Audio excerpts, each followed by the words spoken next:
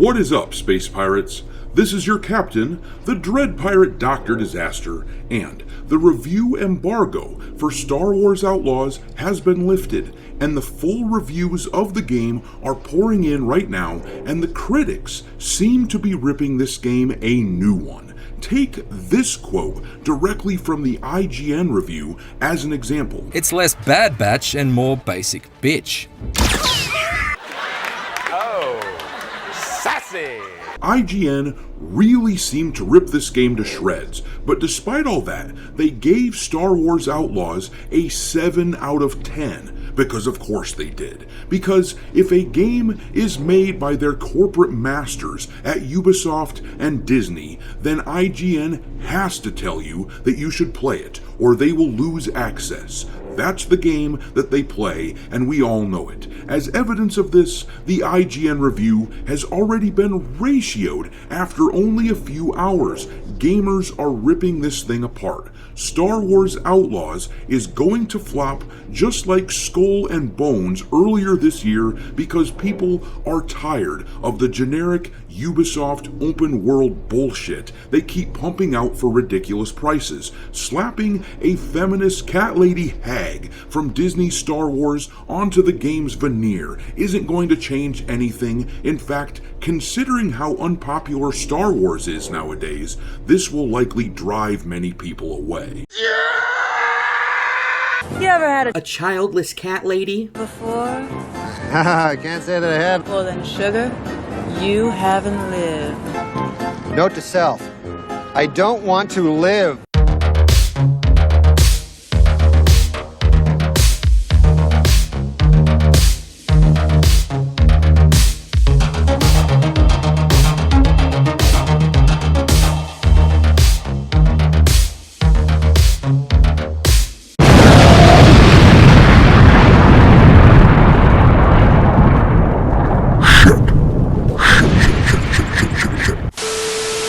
Alright, me hearties, make sure you like this video and subscribe to the channel if you haven't already, and also, don't forget to follow me on Twitter, where I keep a list of games lousy with wokeness pinned to my account for your reference. My handle on the platform is Dr. Disaster 1. But anyhow, Ubisoft is in a very bad place right now, and they are really banking on Star Wars Outlaws and Assassin's Creed Shadows to turn things around. They have spent more money on marketing for Star Wars Outlaws than on any other title in the history of the company, and it still hasn't translated into investors coming back to the company. Last month, the stock price dropped precipitously for Ubisoft after the shareholder call in which the shareholders grilled the CEO about the video clips of Star Wars Outlaws that had been circulating the internet and which looked like shit. The CEO had no good answers for their concerns, and immediately after, the stock price tumbled. Meanwhile, the Ubisoft game Skull and Bones, which they bragged was the first quadruple A game, just hit Steam the other day, and they've only had about 2,600 players playing it concurrently at its peak. Granted, this isn't as bad as Concord or Dustborn or anything like that, but it sure as hell has to be disappointing considering how much money Ubisoft pumps into their projects. And keep in mind that Skull and Bones, which is about a half a year old, has been marked down 60% on Steam, down to $24, which is naturally driving some people to finally cave in and try it out.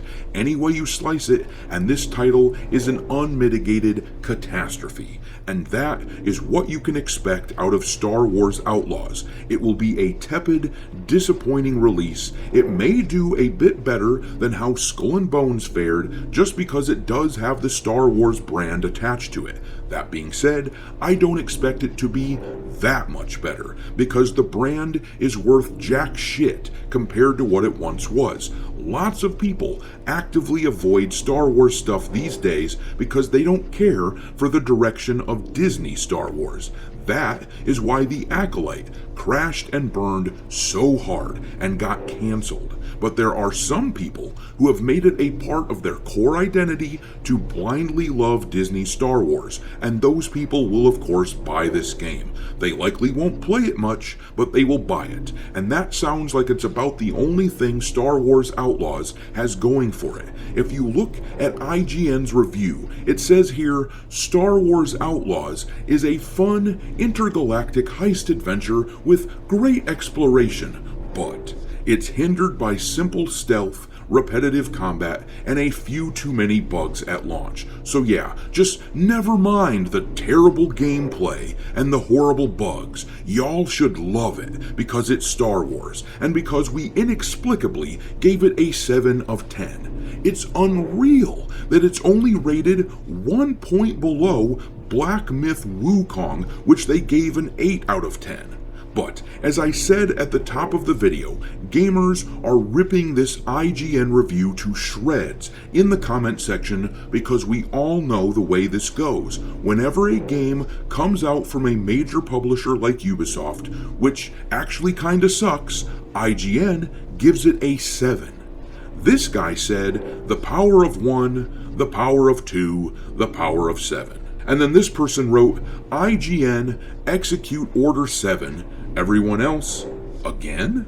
This score is sponsored by 7-Up. 3 things in life are certain: death, taxes, and a 7 from IGN.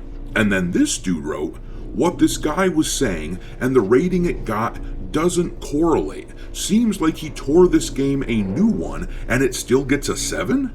Sounds more like a 5 or 6 at best. If IGN gave this game a 7, then it's really a 5. You get the picture. People can see right through these chuckleheads. They can't cover for this game. Every time a major video is released for Star Wars Outlaws by Ubisoft or one of their proxies like IGN, it gets ratioed right away because gamers and former Star Wars fans ain't having it. Y'all can keep your ugly hags that you've inserted into the Star Wars lore, and we'll be fine over here continuing to play our backlog and watching Ubisoft and Disney flounder. It is sincerely more entertaining than playing or watching any of the shit these companies put out these days. But I'm gonna leave it there. Drop some mockery of this awful looking game into the comment section below, and we will talk there. Thanks for watching, me hearties.